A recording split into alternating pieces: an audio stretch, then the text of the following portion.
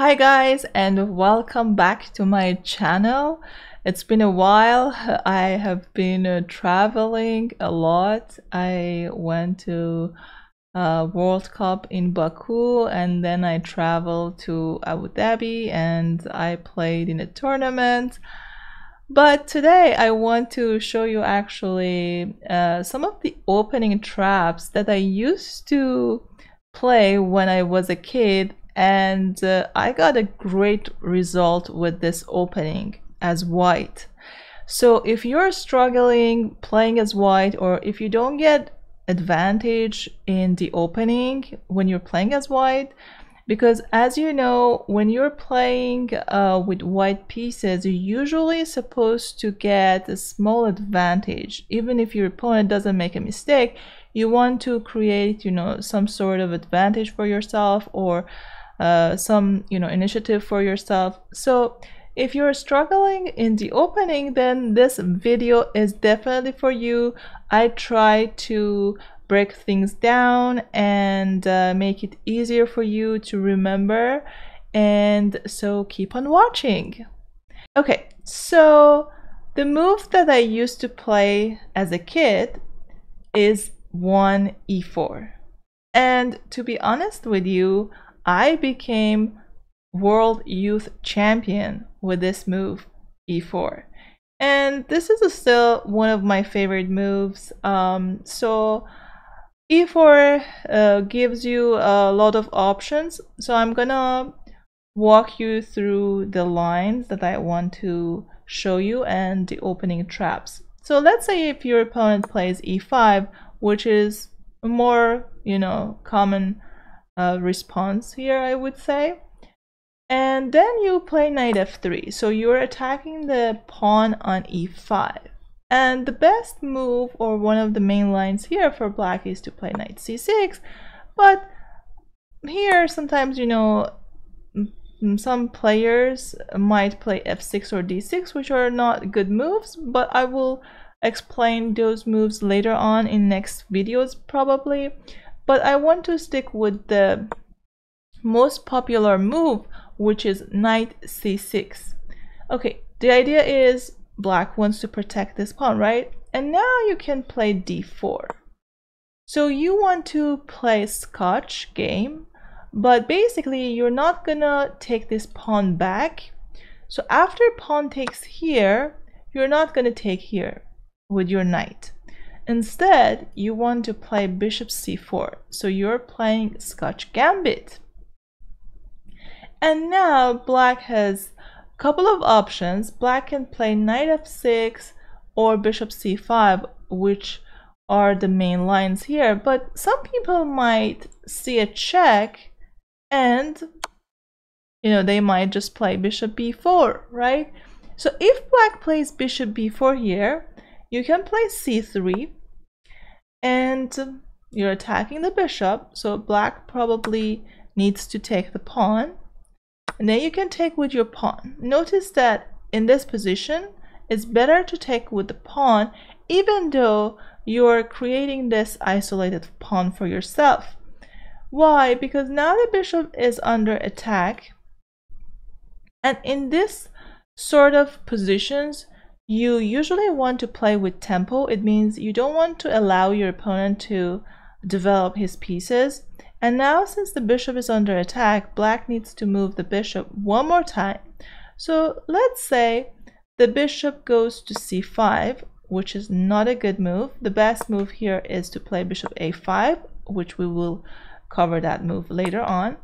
But let's say bishop c5. Now the bishop on c5 is unprotected, right? So we have a thematic tactical move in this position, so I want you guys to stop the video and find the best move for white.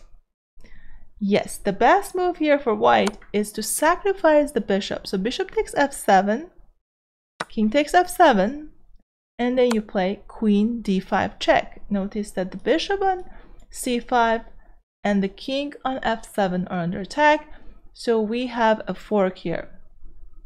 Let's say if the king moves to e8, you can take the bishop and black can push the pawn to d6. You can check, pawn moves to g6, and you move your queen to b5.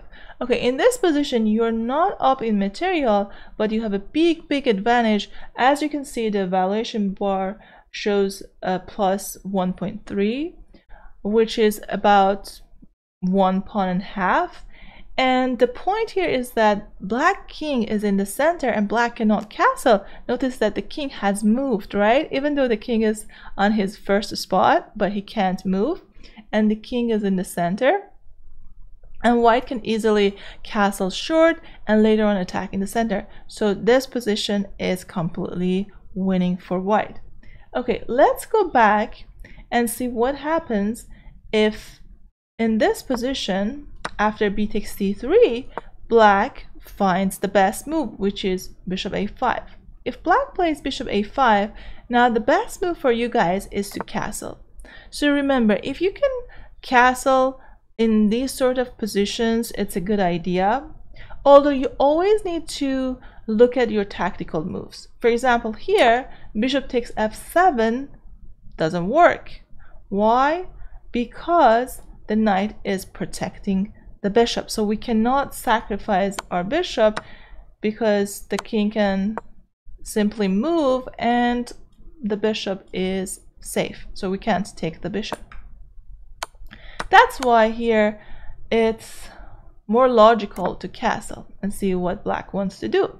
Now let's say black goes bishop b6. Actually, bishop b6 is the best move in this position, but I don't think if someone doesn't know the theory, they will find this move because this is a difficult move, and most people probably play either knight f6 here or d6. But let's say if they play knight f6 in this position, now you have a great move.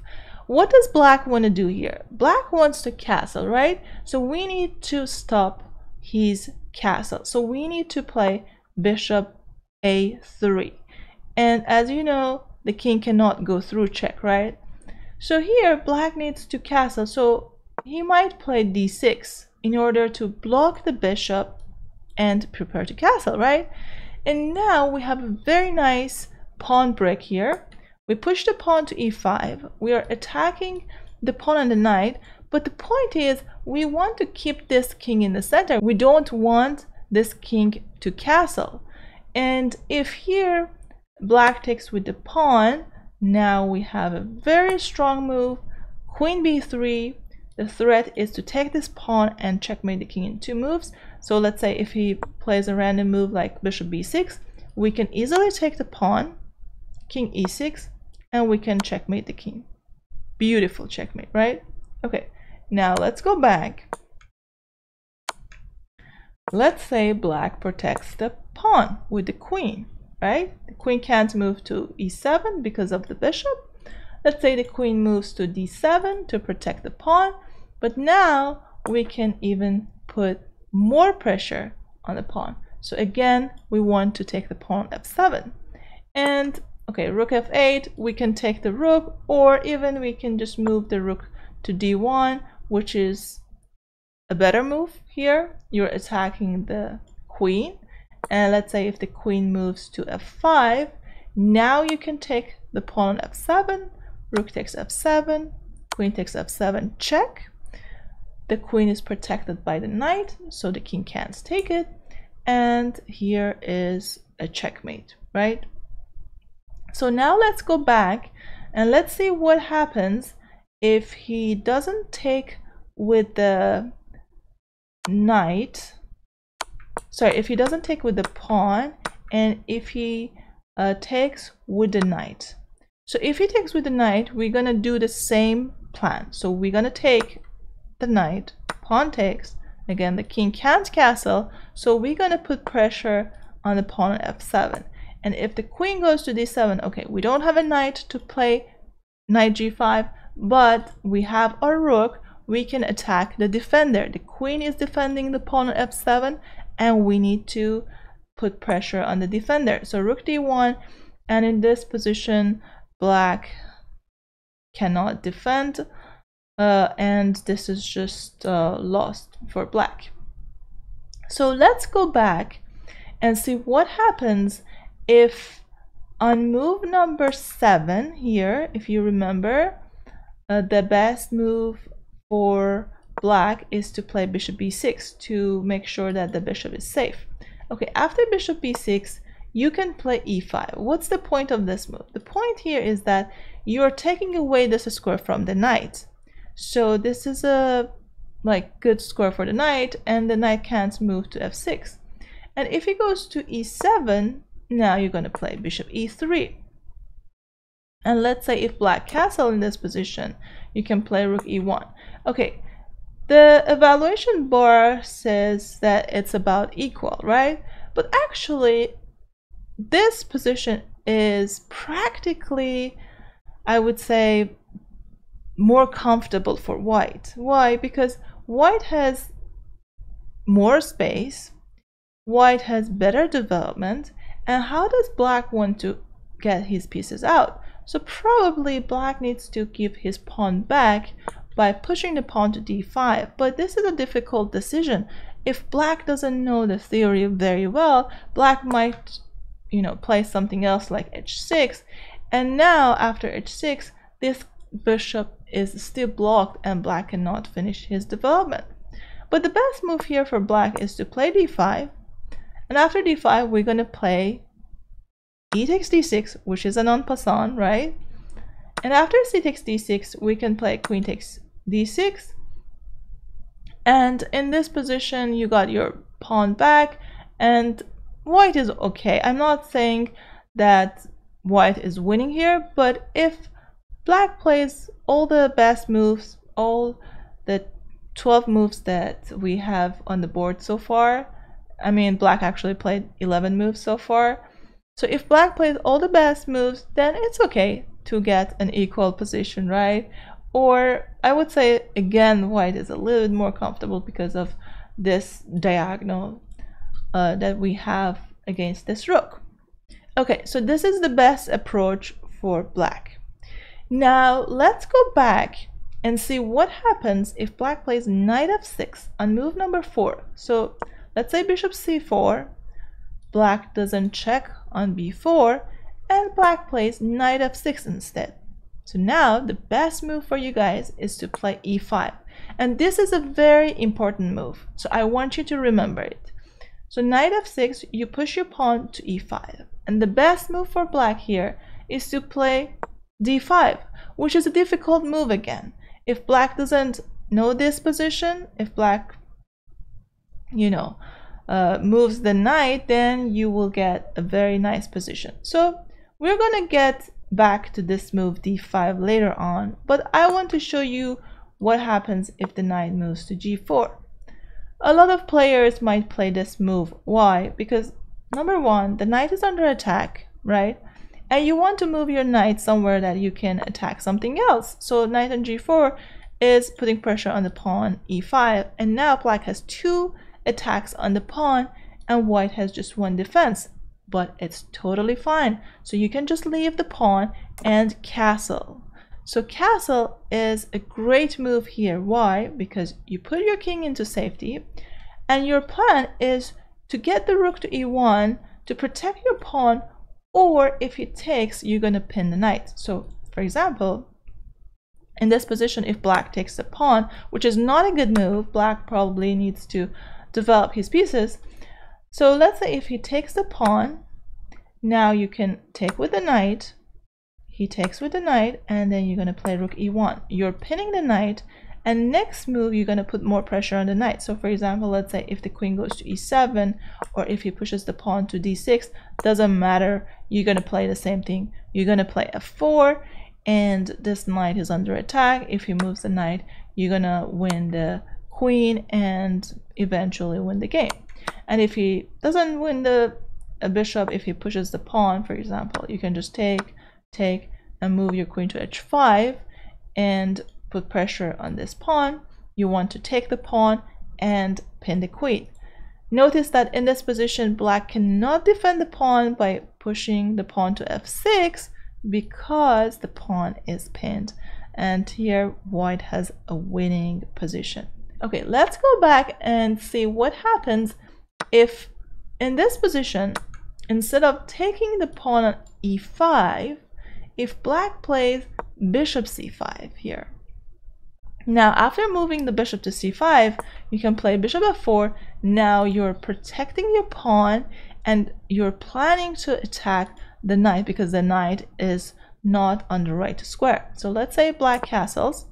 You're going to push your pawn to h3. You're attacking the knight. The knight has just one safe square, which is h6. And now you can capture the knight. So why do we exchange our bishop pair for this knight? Because as you know, bishop pair is an advantage in chess. But here we are converting our advantage. Because after bishop h6, g takes h6, black is going to have two pawns, double pawns, right?